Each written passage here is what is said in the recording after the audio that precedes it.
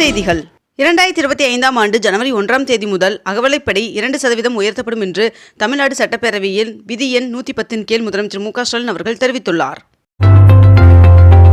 Cricket வீரர் ரவிச்சந்திரன் அஸ்வின் அவர்கள் நடிகர் அஜித் குமார் உள்ளிட்ட 113 பேருக்கு பத்மபூஷன் விருதினை குடியரசுத் தலைவர் திரௌபதி முர்மு அவர்கள் வழங்கினார்.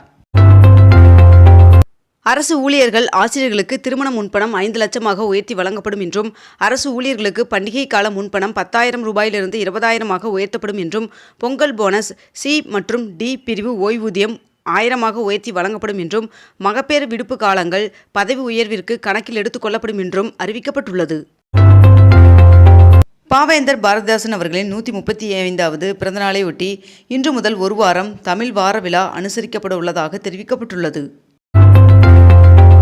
ஆன்லைன் மூலம் பொதுமக்களிடம் சைபர் குற்றவாளிகள் தமிழகத்தில் 2024ஆம் ஆண்டு மட்டும் 1674 கோடி ரூபாய் மோசடி செய்துள்ளனர் என்றும், மேலும் குற்றவாளிகளின் 20,453 சிம் கார்டுகள் முடக்கப்பட்டுள்ளது என்றும் தகவல் தெரிவிக்கப்பட்டுள்ளது. போக்குவரத்துறை அமைச்சர் சிவசங்கர் அவர்களுக்கு கூடுதலாக மின்சாரத்துறையும், வீட்டுவசதித்துறை அமைச்சர் முத்துசாமி அவர்களுக்கு கூடுதலாக மதுவிலக்கு ஆயத்தீர்வை துறையும், ராஜகண்ணப்பன் அவர்களுக்கு வனத்துறை மற்றும் காகிதத்துறை ஒதுக்கீடு செய்யப்பட்டுள்ளது. அதேபோல் பால்வளத்துறை அமைச்சராக இருந்த மனோ தங்கராஜ் அவர்களுக்கு மீண்டும் அமைச்சர் பொறுப்பு வழங்கப்படுகிறது. அவர் ஏற்கனவே இருந்த பால்வளத்துறையே ஒதுக்கீடு செய்யப்பட்டுள்ளது என்றும் தெரிவிக்கப்பட்டுள்ளது. ஏப்ரல் 30ஆம் தேதியாகிய நாளை சார் பதிவாளர் அலுவலகங்களில் கூடுதல் டோக்கன் வழங்க ஏற்பாடு செய்யப்பட்டுள்ளதாக பத்திரப்பதிவுத்துறை அறிவித்துள்ளது. தமிழ்நாடு முழுவதும் மாவட்ட நீதிபதிகள் 77 பேரை பணியிட மாற்றம் செய்து சென்னை உயர்நீதிமன்ற பதிவாளர் அறிவிப்பு வெளியிட்டுள்ளார். பூந்தமல்லி போரூர் வரையிலான மெட்ரோ ரயில் சோதனை ஓட்டம் தொடங்கியது. உழைப்பாளர் தினம், முகூர்த்தம் மற்றும் வார இறுதி நாட்களை முன்னிட்டு தமிழ்நாடு அரசு போக்குவரத்து கழகம் மூலம் சிறப்பு பேருந்துகள் இயக்கப்பட உள்ளது. IPL 2025ஆம் ஆண்டு தொடரில் ராஜஸ்தான் ராயல்ஸ் அணியின் 14 வயது இளம் வீரர் வைபவ் சூரியவன்சி அவர்கள் நேற்று நடைபெற்ற குஜராத் டைட்டன்ஸ் அணிக்கு எதிரான போட்டியில் வெறும் 35 பந்துகளில் அவர் தனது சதத்தை பூர்த்தி செய்து IPL வரலாற்றில் சதமடித்த மிக இளம் வீரர் என்ற பெருமை பெற்றார். தமிழகத்தில் அங்கன்வாடி ஆசிரியர்களுக்கு மாதத்தின் முதல் தேதியிலேயே சம்பளம் போட வேண்டும் என்று தமிழ்நாடு அரசு உத்தரவிட்டுள்ளது. ராஜீவ்காந்தி அரசு பொது மருத்துவமனையில் 3,48 லட்சம் ரூபாய் மதிப்பீட்டில் மருத்துவ உபகரணங்களை அமைச்சர் மா. சுப்பிரமணியன் அவர்கள் வழங்கினார். மதுரை அழகர் கோவில், கள்ளழகர் கோவிலிருந்து சோலைமலை முருகன் கோவில் மற்றும் ராக்காயி கோவிலுக்கு பக்தர்கள் செல்ல கோவில் நிர்வாகம் சார்பில் பேருந்துகள் இயக்கப்படுகின்றன. சேலம் பெரியார் பல்கலைக்கழகம் நூலகர் உடற்கல்வி இயக்குநரிடம் லஞ்ச ஒழிப்புத்துறை போலீசார் விசாரணை நடத்தி வருகின்றனர். கொடநாடு கொலை கொள்ளை வழக்கு தொடர்பாக மே 6ஆம் தேதி விசாரணைக்கு ஆஜராக பூங்குன்றன் அவர்களுக்கு CBCID போலீசார் சம்மன் அனுப்பியுள்ளனர். 22 கேரட் ஆபண தங்கத்தின் விலை சவரனுக்கு ஒரே நாளில் 520 ரூபாய் குறைந்து ஒரு சவரன் 71,520 ரூபாய்க்கு விற்பனையாகிறது. அதேபோல் 1 கிராம் வெள்ளியின் விலை கிராமிற்கு 1 ரூபாய் குறைந்து 1 கிராம் வெள்ளி 111 ரூபாய்க்கு விற்பனை செய்யப்பட்டு வருகிறது. திருத்தணி அரசு போக்குவரத்து பணிமனை அருகே 15 கோடியில் புதிய பேருந்து நிலைய கட்டுமான பணிகள் துரித வேகத்தில் நடைபெற்று வருகிறது.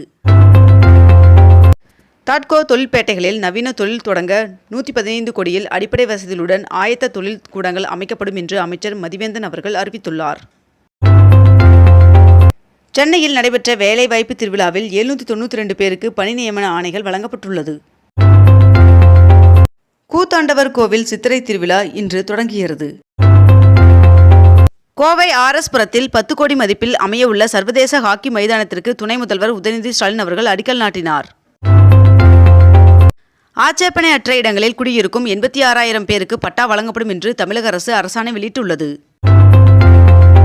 திருவண்ணாமலை மாட வீதியில் 2ஆம் கட்டமாக கான்கிரீட் சாலை அமைக்கும் பணி தீவிரமாக நடைபெற்று வருகிறது. 2025ஆம் ஆண்டு கோடை விடுமுறைக்கு அரசு பேருந்துகளில் பயணம் செய்பவர்களுக்கு சிறப்பு பரிசுகள் அறிவிக்கப்பட்டுள்ளது. மேலும் ஆன்லைனில் முன்பதிவு செய்யும் 75 பயணிகளுக்கு குலுக்கல் முறையில் இலவச பயண சீட்டுகள் வழங்கப்படும் என்றும் தெரிவிக்கப்பட்டுள்ளது. புனித பீட்டர் சதுக்கத்தில் நடந்த போப் பிரான்சிஸ் அவர்களின் இறுதிச் சடங்கில் குடியரசுத் தலைவர் திரௌபதி முர்மு அவர்கள் பங்கேற்றார். தமிழகத்தில் உள்ள 100 அரசு மற்றும் அரசு உதவி பெறும் பள்ளிகளில் 20 கோடி மதிப்பீட்டில் பசுமை பள்ளி திட்டம் உருவாக்கப்படும் என்று அமைச்சர் தங்கம் தென்னரசு அவர்கள் அறிவித்துள்ளார். பகல்காம் தாக்குதல் தொடர்பாக நடுநிலையான விசாரணைக்கு தயார் என்று பாகிஸ்தான் அறிவித்துள்ளது. பிரதமர் நரேந்திர மோடி அவர்கள் பல்வேறு அரசு துறை மற்றும் அமைப்புகளில் புதிதாக நியமனம் செய்யப்பட்ட 51,000க்கும் மேற்பட்ட இளைஞர்களுக்கு காணொலி காட்சி மூலம் பணி நியமன ஆணைகளை நேற்று வழங்கினார். தமிழக முன்னாள் எம்எல்ஏக்களுக்கு வழங்கப்பட்டு வரும் மாத ஓய்வூதியம் உயர்த்தப்படுவதாக பேரவையில் முதலமைச்சர் மு.க.ஸ்டாலின் அவர்கள் அறிவித்துள்ளார். தமிழகத்தில் UPSC தேர்வில் வெற்றி பெற்ற 50 மாணவர்களுக்கு பாராட்டு சான்றிதழை முதலமைச்சர் மு.க.ஸ்டாலின் அவர்கள் வழங்கினார். சட்டமன்ற தொகுதி மேம்பாட்டு நிதி 3 கோடி ரூபாய்க்கான 18% GSTயை அரசே ஏற்கும் என்று சட்டப்பேரவையில் முதலமைச்சர் மு.க.ஸ்டாலின் அவர்கள் தெரிவித்துள்ளார். ஆட்சிக்கு வர வேண்டும் என்று நாம் நினைப்பது மக்களின் நலனுக்காக மட்டுமே என்று தவேக தலைவர் விஜய் அவர்கள் தெரிவித்துள்ளார். கோடை காலத்தை முன்னிட்டு சுற்றுலா பயணிகளின் வசதிக்காக ஊட்டி மற்றும் கொடைக்கானலுக்கு செல்ல கூடுதல் வாகனங்களுக்கு அனுமதி வழங்கப்பட்டுள்ளது. குரூப் 4 பணியிடங்களின் எண்ணிக்கை 10,000ஆக உயர்த்த வேண்டும் என்று ராமதாஸ் அவர்கள் கோரிக்கை விடுத்துள்ளார். சித்தா, ஆயுர்வேதா, யுனானி உள்பட 5 மருத்துவ பிரிவுகளில் 121 பேராசிரியர்களை நியமிக்க நடவடிக்கை எடுக்கப்படும் என்று அமைச்சர் மா. சுப்பிரமணியன் அவர்கள் தெரிவித்துள்ளார்.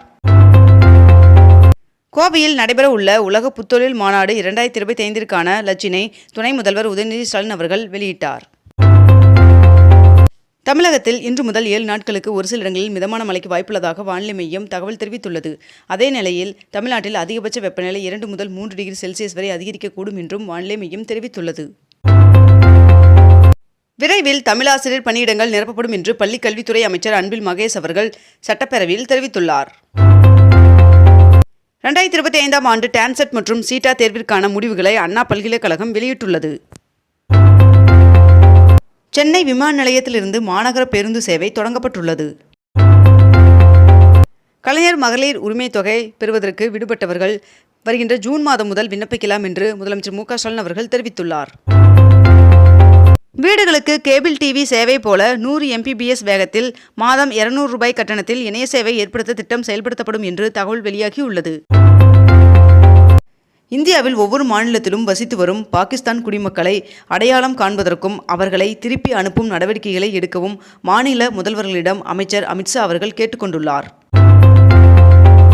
பழவேற்காட்டில் மிக பழமையான புனித மகிமை மாதா திருத்தலத்தின் 547வது பெருவிழா கொடியேற்றத்துடன் துவங்கியது.